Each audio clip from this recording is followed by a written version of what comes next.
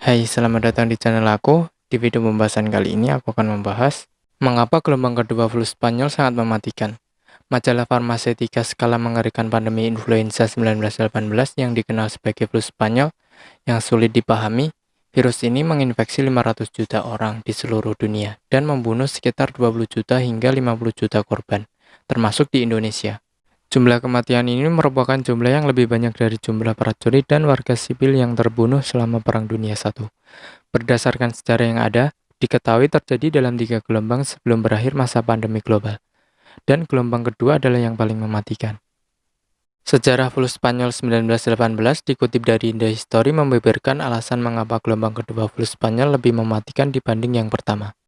Sementara pandemi global berlangsung selama 2 tahun, sejumlah besar kematian terjadi pada 3 bulan yang paling mematikan pada musim gugur 1918. Sejarawan sekarang percaya bahwa keparahan fatal dari gelombang kedua flu Spanyol disebabkan oleh virus yang bermutasi yang disebarkan oleh pergerakan pasukan perang. Ketika flu Spanyol pertama kali muncul pada awal Maret 1918, gejala flu ini memiliki semua ciri khas flu musiman. Meskipun jenisnya sangat menular dan ganas, salah satu kasus terdaftar pertama adalah Albert Gijal, seorang juru masak Angkatan Darat AS di Camp Funston di Kansas, yang dirawat di rumah sakit karena demam 104 derajat.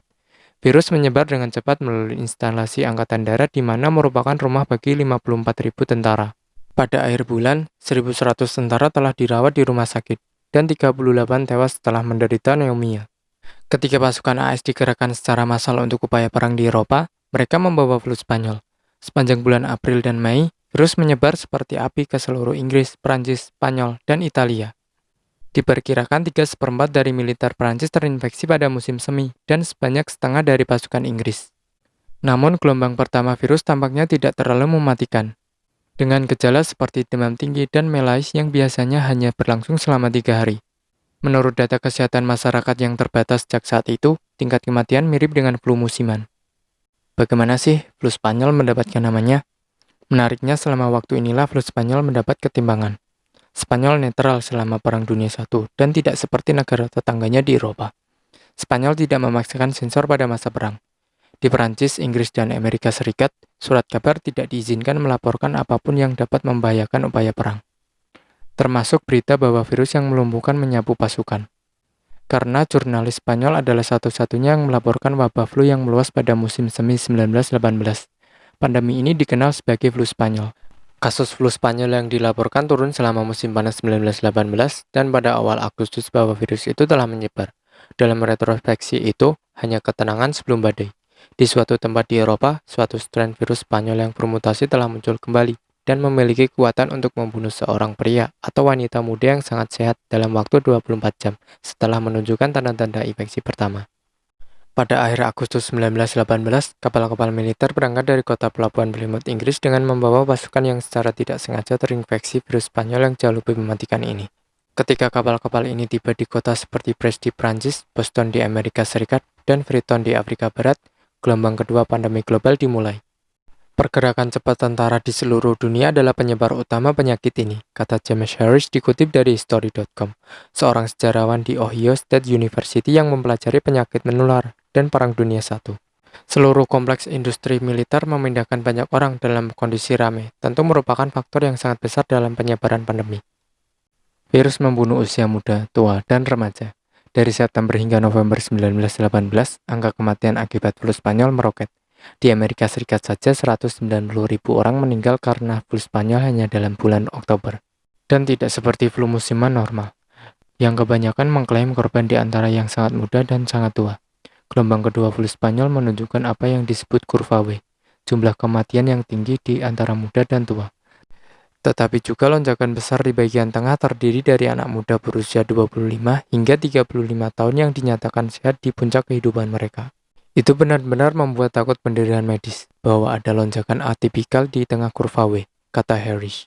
Tidak hanya mengejutkan tenaga medis, bahwa pria dan wanita muda yang sehat sedang sekarat oleh jutaan orang di seluruh dunia, tetapi juga bagaimana mereka mengalami efek terkena virus itu. Mereka akan terkena demam yang sangat tinggi sampai kulit mereka melepuh, pendarahan hidung, dan pneumonia. Virus itu akan memasuki pasien di paru-paru mereka yang dipenuhi dengan cairan. Ledakan sitokin hanya beberapa dekade, kemudian para ilmuwan mampu menjelaskan fenomena yang sekarang dikenal sebagai ledakan sitokin.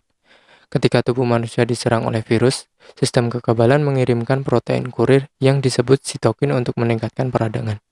Tetapi beberapa jenis flu, khususnya strain H1N1 yang bertanggung jawab atas wabah flu Spanyol, dapat memicu reaksi berlebihan kekebalan yang berbahaya pada individu yang sehat. Dalam kasus itu, tubuh dipenuhi dengan sitokin yang menyebabkan peradangan parah dan penumpukan cairan yang fatal di paru-paru.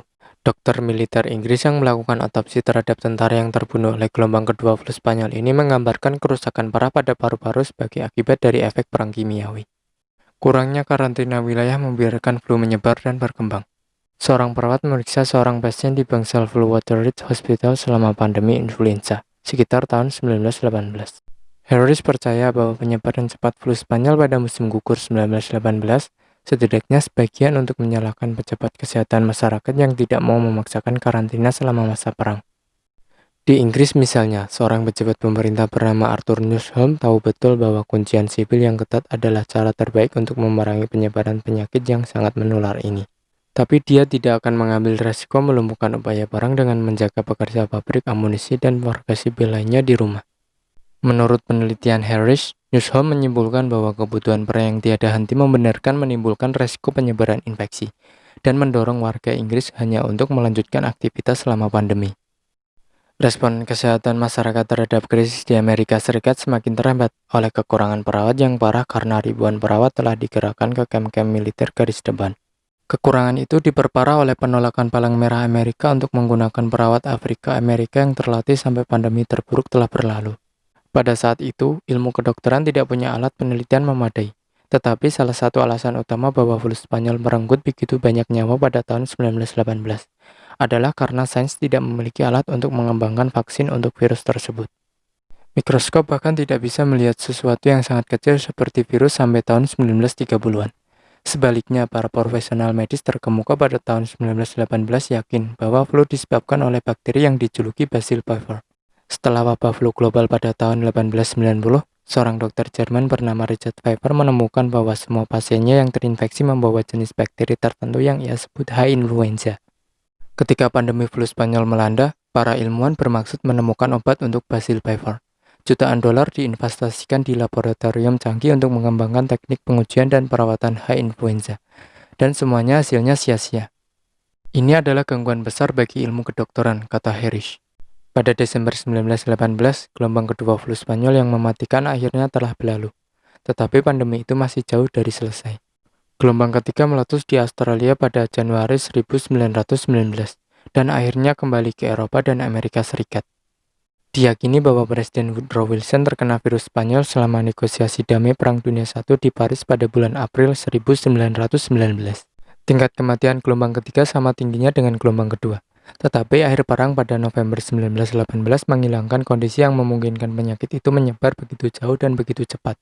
Kematian global dari gelombang ketiga sementara masih dalam jutaan.